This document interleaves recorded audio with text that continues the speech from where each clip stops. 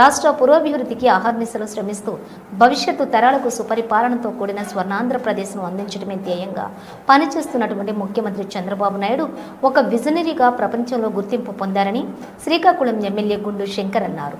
ఆయన ఈ మేరకు మీడియాతో మాట్లాడారు. తల్లికి వందనం కార్యక్రమాన్ని లోకేష్ అన్నగారు అమలు చేయడం జరిగింది.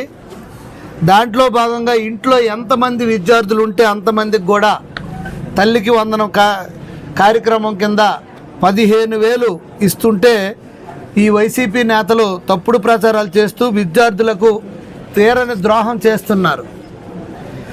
2,000 లోకేష్ జేబుల్లోకి పోయాయని వైసీపీ నేతలు దిగజారుడు ఆరోపణలు చేస్తున్నారు, బులుగు ప్రచారం చేస్తున్నారు. మీరు దమ్ముంటే రుజువు చేయండి, అంతేగాని తప్పుడు ఆరోపణలు చేయొద్దు. ఆధారాలు లేని ఆరోపణలు అసలు చేయకూడదు. అలాగైతే గతంలో మీరు 15,000 అని చెప్పి 13,000 ఇచ్చారు. అయితే ఆ 2,000 ఎటుళ్ళాయి? జగన్ రెడ్డి జేబులోకి వెళ్ళిందని నేను అడుగుతున్నాను. కనీసం తల్లికి కూడా గౌరవం ఇవ్వలేనటువంటి జగన్మోహన్ రెడ్డి గారు ఈరోజు తల్లికి వందనం గురించి మాట్లాడడం సిగ్గుచేటు. ఎందుకంటే ఆ రోజు మీరు 15,000 అని చెప్పారు.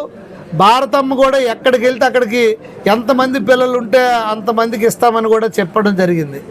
మరి ఈరోజు మీరు ఒకే వ్యక్తిగా ఆ రోజు వేసి 13,000 ఇచ్చారు. ఆ 2,000 మీ జేబుల్లోకి వెళ్ళాయా అని నేను అడుగుతున్నాను. జగన్ పాలనలో 42 లక్షల మందికి మాత్రమే ఇస్తే ఇప్పుడు ఈ కూటమి ప్రభుత్వం 67.27 లక్షల మందికి విద్యార్థులు తల్లికి వందనం ఇస్తుంది. ఇది నిజమా కాదా? కొన్ని ఇంట్లో నలుగురుంటే నలుగురికి కూడా ఇవ్వడం జరిగింది.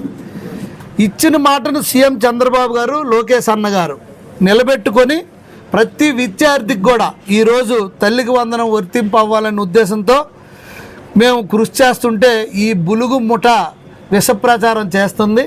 అయినా ప్రతి ఒక్క తల్లి ఖాతాలోకి డబ్బులు పడ్డాయి కనుక వారు ఈ నమ్మే పరిస్థితి లేదని కూడా ఈ సందర్భంగా తెలియజేస్తున్నాను. నేడు విద్యార్థుల తల్లులు ముఖాల్లో చిరునవ్వులు చిందించి వాళ్ళ ముఖాలు వెలుగుతుంటే దీని అంతటికి కారణం నారా లోకేష్ అన్న, అలాగే గౌరవ ముఖ్యమంత్రి వర్యులు చంద్రబాబు నాయుడు గారు, ఎన్డీఏ కూటమి. దాన్ని వారవలేకపోతున్నారు. ఒక్కొక్క తల్లి చెప్తుంది, నేను ఒక బడ్డీ షాప్ పెట్టుకొని మేము పకోడీ అమ్ముకునే వాళ్ళం, మాకు 3 పిల్లలు ఉన్నారు. అయితే ఒకరికే వేస్తే మిగతా వాళ్ళకి చదివించలేని పరిస్థితి, మాకు వచ్చిన ఆదాయం మా తిండికే సరిపడిన పరిస్థితి ఈరోజు నా 3 పిల్లలకి పడింది. నేను బుక్స్ కొనుక్కుంటున్నాను, 3 పిల్లలకి ఫీజులు కట్టుకొని చదివించుకోగలుగుతున్నాను అనే పరిస్థితి ఈరోజు ప్రతి ఒక్క తల్లి ముఖంలో ఆ ఆనందం కనిపిస్తుంది. అయితే పిల్లలు స్కూలు ఫీజు కోసం గతంలో అప్పులు చేయాల్సిన పరిస్థితి ఉండేది.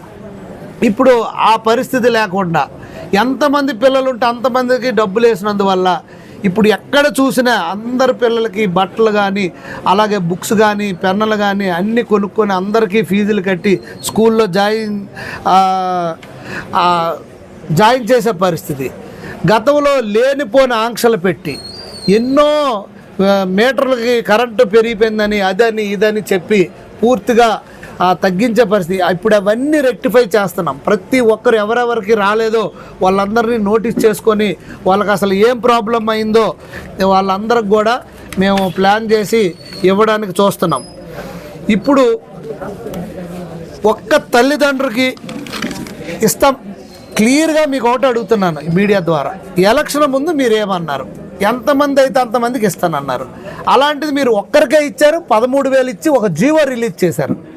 ఆ జీవోలో ఏంటి? 1,000 రూపాయలు అక్కడ క్లీనింగ్ కోసం, ఇంకొక 1,000 రూపాయలు టాయిలెట్స్ కోసం, మెయింటెనెన్స్ కోసం. ఇది మీరే క్లియర్గా రాశారు. ఆ జీవోనే ఈ ప్రభుత్వం ఇప్పుడు అమలు చేసింది. చేస్తూ మనం అన్ని దానికంటే ఏదైతే ఎంతమంది పిల్లలైతే అంతమందికి ఇస్తానన్నామో అది కూడా ఇవ్వడం జరిగింది. అది కూడా పాఠశాలలు తెరిచే లోపల ఇస్తామని మాట ఇచ్చాం. ఈవేళ 12వ తారీఖునే అందరికీ డబ్బులు వేయడం జరిగింది. రాని వాళ్ళని కూడా ఏంటంటే ప్రాబ్లమ్స్ ఉన్నాయో రెక్టిఫికేషన్ చేసి అవి కూడా ఇచ్చే బాధ్యత తీసుకుంటున్నాం. 67 లక్షల మంది విద్యార్థుల తల్లుల ఖాతాల్లో నగదు జమ చేస్తూ ఇందుకోసం 8,700 కోట్ల రూపాయల నిధులు విడుదల చేయడం జరిగింది. ఈ వీటన్నిటిని కూడా విడతల వారికి ఆల్మోస్ట్ డబ్బులు వేసేసాం. సాంకేతికంగా కొన్ని ఇబ్బందులు ఉన్న వాళ్ళకి కూడా ఒక్కొక్కటి క్లియర్ చేస్తూ ఇస్తున్నాం. 1వ తరగతిలోను ఇంటర్ ఫస్ట్ ఇయర్లోనూ చేరే విద్యార్థులకు కూడా ఈ పథకం అమలు చేస్తాం. వీరు సుమారు 11 లక్షల మంది వరకు ఉన్నారు. వీరి డేటా కూడా అప్లోడ్ కాగానే డబ్బులు వేయడం జరుగుతుంది. అలాగే తల్లి లేని పిల్లలకు వారి తండ్రి కానీ లేదంటే సంరక్షణ ఖాతాలో కానీ డబ్బులు జమ చేస్తాం. అలాగే అనాథలైన పిల్లలకు జిల్లా కలెక్టర్ గారి నిర్ధారించిన తర్వాత పథకం వర్తింప చేస్తాం. అంటే తల్లి ఇప్పుడు అనాథలుగా ఉండే పిల్లలకి మరి తల్లిదండ్రులు లేని ఎడల అలాగే ప్రతి ఒక్కటి పారదర్శకంగా ఎటువంటి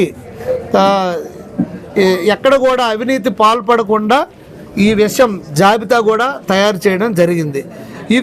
ఈ జాబితాని ఇక్కడతో వదలకుండా సచివాలయం గ్రామాల్లో కానీ వార్డు సచివాలయాల్లో కానీ జాబితా సిద్ధం చేసి అక్కడ పెడతామని కూడా స్పష్టంగా చెప్పడం జరిగింది. అది కూడా జరుగుతుంది. అలాగే లబ్ధి పొందే విద్యార్థుల్లో 29.82 లక్షల మంది బీసీ విద్యార్థులు ఉన్నారు. అలాగే ఎస్సీ విద్యార్థులు 11.76 లక్షల మంది ఉన్నారు. అలాగే ఎస్టీ విద్యార్థులు 4.26 లక్షల మంది ఉన్నారు. మైనారిటీ విద్యార్థులు 66,500 మంది ఉన్నారు. ఈడబ్ల్యూసీఏ విద్యార్థులు 8.44 లక్షల మంది ఉన్నారు.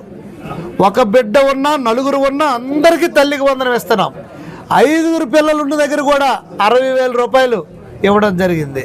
65,000 రూపాయలు కూడా వేయడం జరిగింది. అలాగే కేజీ నుంచి పీజీ వరకు ఉచిత విద్యను అందిస్తాను. ఎంతవరకు చదువుకుంటే అంతవరకు చదివిస్తాను, మేనమామగా చెబుతున్నాను అని మాటలు చెప్పాడు జగన్ రెడ్డి.